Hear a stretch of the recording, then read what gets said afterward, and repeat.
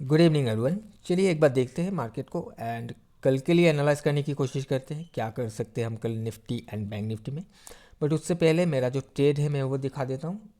आज हमने जो पहला ट्रेड 22,800 की कॉल पर लेने की कोशिश किया था।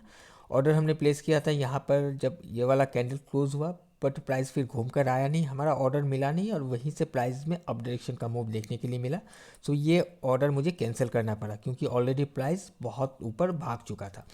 राइट एंड उसके बाद जब निफ्टी अपने रेजिस्टेंस पर हिट करने के बाद हमें कंफर्म किया कि प्राइस थोड़ा गिरने की कोशिश कर सकता है, तब हमने एक 23,100 के पुट पर एंट्री बनाया था। इस वाले कैंडल पर हमने एंट्री किया जब प्राइस नीचे से ब्रेकआउट कर रहा था एंड इस कैंडल पर हमने इसको एग्जिट कर लिया था। 1:5 का रिस्क रिवार्ड रेशियो अचीव किया है हमने आज के दिन इस डेट पर।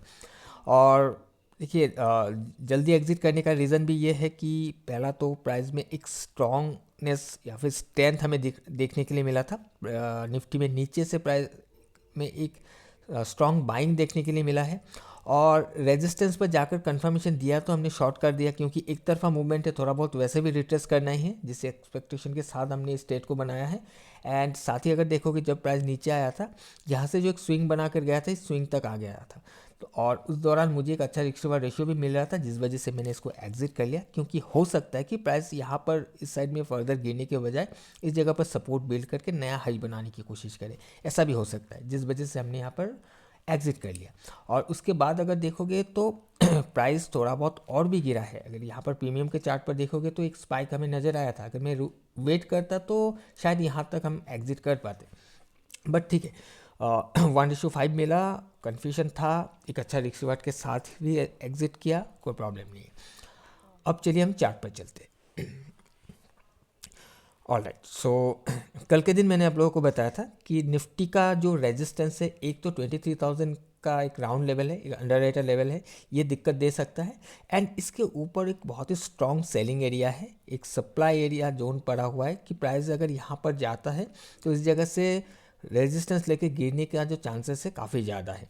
राइट, और साथ ही मैंने ये भी बताया था कि अगर लॉन्ग करना है तो प्राइस को अगर सपोर्ट पर मिलता है तो लॉन्ग किया जा सकता है, अदरवाइज जब तक प्राइस इस रेजिस्टेंस को हिट करके इसके बाहर जाकर क्लोज ना करे तब तक हम लॉन्ग के लिए प्लान नहीं कर सकते। कुछ ऐसा हमारा प्लान था।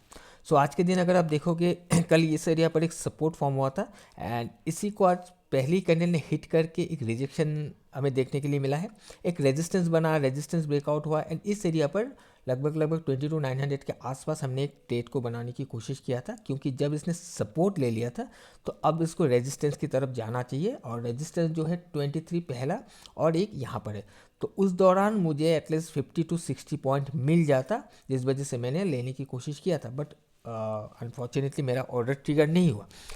एंड उसके बाद रेजिस्टेंस पर जब हमें कंफर्मेशन मिला तब हमने उसको शॉर्ट किया था, यानी कि डाउन सेट के लिए प्लान किया था। एंड फाइनली आप अगर देखोगे तो इसका जो क्लोजिंग है 23,000 के नीचे ही हुआ है।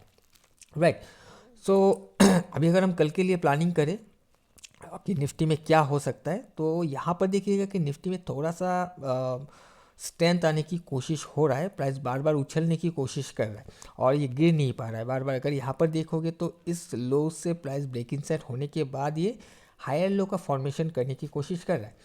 सो अगर इसमें स्ट्रेंथ आ रहा है और इसको अगर ऊपर जाना है तो यहाँ से जो लास्ट सेलिंग हमें देखने के लिए मिल रहा है, सो इस सेलिंग को अगर ये टेकन आउट करता है, इसको अगर ऊपर ब्रेकआउट करता है, इसके ऊपर सस्टेन होता है कुछ मान लेते प्राइस सबसे पहले एक स्ट्रांगनेस दिखाता है, उसके बाद अगर सपोर्ट बिल्डअप होता है तो लॉन्ग किया जा सकता है। अगर मैं आपको एक ड्राइंग की तरह दिखाऊं तो कुछ अगर ऐसा कुछ होता है, मान लो कि प्राइस ओपन होते ही ब्रेकआउट करके ऊपर गया एंड 23,000 को भी हिट करने की कोशिश किया, फिर प्राइस थोड़ा रिट्रेस करके फिर ये सपोर्ट बिल्ड करे तो फिर लॉन्ग किया जा सकता है। और यहाँ से अगर सपोर्ट बिल्ड करके उठने की कोशिश करता है तो ये जो भी रेजिस्टेंस था ये ब्रेकआउट होने का चांसेस है। राइट, ये हो सकता है ब्रेकआउट क्योंकि आज ऑलरेडी यहाँ से एक बार गिर चुका है, फिर ऊपर गया, फिर गिर चुका है। सो अगर ये रेजिस्टेंस स्ट्रॉन्ग है तो इसको फर्दर कल के दिन कंटिन्यू करना चाहिए। राइट, इसको घूमना नहीं चाहिए और अगर ये घूमता है तो ये रेजिस्टेंस ब्रेक होने का चांसेस बहुत ज़्यादा है। सो इसके ऊपर से ही हमें प्लान करना होगा कि लॉन्ग जाना है या नहीं जाना है। एंड अगर हमें डाउन साइड का प्लान करना है तो ये जो भी जोन है, इस जोन के नीचे अगर प्राइस कंफर्म करता है डाउन साइड के लिए तो फिर हम डाउन साइड के लिए जा सकते हैं। एंड आज जो भी जिस एरिया से सपोर्ट लिया है ये सपोर्ट भी टूट सकता है, क्योंकि रेजिस्टेंस ले चुका है, प्राइस का जो स्ट्रक्चर है लोअर लो बन के बैठा हुआ है, और ये अगर कंटिन्यूएशन में आता है, रेजिस्टेंस बिल्डअप होता है तो ये सपोर्ट टूट जाएगा। और अगर यहाँ पर ऊपर चला जाता है तो कहीं ना कहीं लोग यहाँ पर टैप हो सकते हैं, तो उस दौरान एक शॉर्ट कवरिंग भी हमें देखने के लिए मिल सकता है। ओके, सो आई होप कि आपको समझ में आया होगा कि क्या प्लानिंग है मेरा निफ्टी को लेकर। अब चलिए बैंक निफ्टी को देखते हैं। Alright, so bank Nifty open होते ही एक तरफा मूवमेंट, और ये जो रेजिस्टेंस जोन था इसके अंदर जाकर थोड़ा सा रुकने की कोशिश किया था, बट ये सस्टेन नहीं हुआ एंड ये ब्रेकआउट हो गया।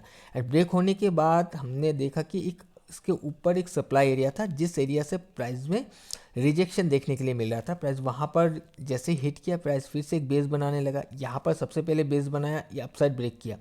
अब जब नेक्स्ट रेजिस्टेंस को हिट किया सप्लाई एरिया को, फिर यहाँ पर बेस बना के ये डाउन साइड में ब्रेक किया। ब्रेक करने के बाद प्राइस फिर से नीचे आने की कोशिश किया, एंड फिर आप कह सकते हो लगभग की साइडवेज जैसा ही है, क्योंकि ऑलरेडी एक मूव हो चुका था। एंड इसी वाले रेजिस्टेंस जिसको हिट करके गिरना चाहिए था, इसी को सपोर्ट बनाकर ऊपर क्लोज करके बैठा हुआ है। सो कल के दिन अगर इसको लॉन्ग करना है या फिर ऊपर जाना है तो सेम प्लानिंग यही रहेगा कि ये जोन के ऊपर हमें कंफर्मेशन चाहिए कि प्राइस ओपन होकर इस एरिया पर अगर सपोर्ट बिल्ड करके उठने की कोशिश करता है तो फिर यहाँ से हमें बैंक निफ्टी में अपसाइड का मूवमेंट देखने के लिए मिल सकता है। एंड अगर प्राइस नीचे आ जाता है, इसी जोन के नीचे आकर फिर से रेजिस्टेंस बिल्ड करता है, तो कहीं ना कहीं फिर से थोड़ा बहुत हमें नीचे आता हुआ भी दिख सकता है, क्योंकि इस एरिया से एक तरफा मूवमेंट आया हुआ है। और यहाँ से जब प्राइस में डाउन साइड में रेजिस्टेंस बिल्डअप होगा तो हो सकता है कहीं ना कहीं जो लॉन्ग करके बैठा हुआ है वो भी निकलने की कोशिश करे और फिर से वो लोअर लेवल तक आ जाए नए ऑर्डर को पंच करने के लिए या बिल्ड होने के लिए।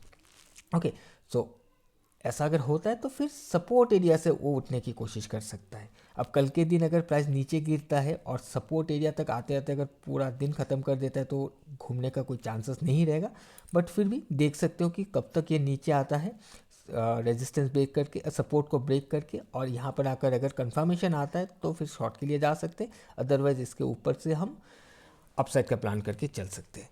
सो बैंक निफ्टी का प्लान भी कुछ ऐसा ही है। आई होप कि आपको समझ में आ गया होगा। कोई कन्फ्यूजन है तो मुझे कमेंट करके बताइएगा, मैं कोशिश करूँगा आपके सवाल का जवाब देने के लिए। सो आज के लिए इतना ही, हम मिलेंगे किसी और एक नए वीडियो में। Till then bye bye and safe trading.